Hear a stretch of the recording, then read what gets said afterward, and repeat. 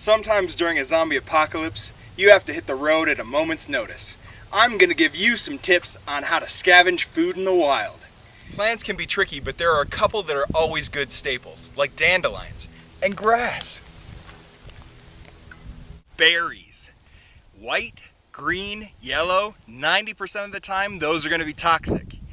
If you have your blackberries or your purple berries, those 90% of the time are gonna be okay. If you find red, about a 50-50 chance.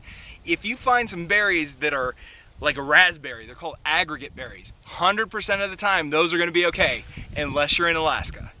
And they're white. They look white, those will kill you. But in general, lots of us eat fruit. If you see fruit you recognize, like right over here, you are gonna be just fine eating this baby.